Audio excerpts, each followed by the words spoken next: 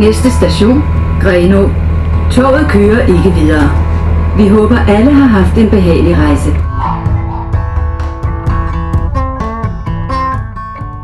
Velkommen til det rigtige Danmark.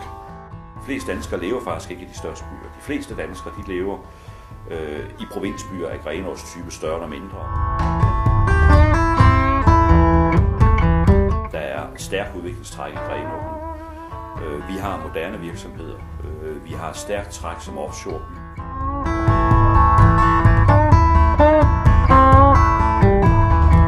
Man kan hurtigt komme til Aarhus, hvis man har trang til at skal ind i musikhuset eller i teateret. Der kommer en letbane om få år. Der er allerede tog, der kører i dag med bedre materiale nu end før. Vejforholdene til og fra Grenaa er blevet forbedret, især med Djurslandsmotorvejen. Og så har vi jobfremtid foran os. Offshore, Grenaa Havn leverer job, og vi tror, at vi bliver attraktive som erhvervsområde i fremtiden, og så er der også job.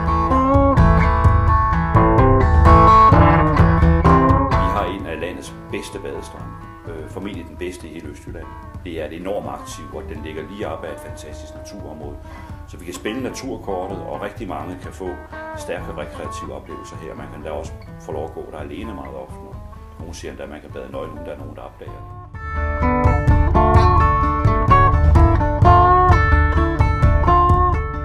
Man kan sige, at det moderne menneske i den forstand, at det er de der globalt orienterede, de der er storbyorienterede, men samtidig måske har nogle drømme om også at have noget andet.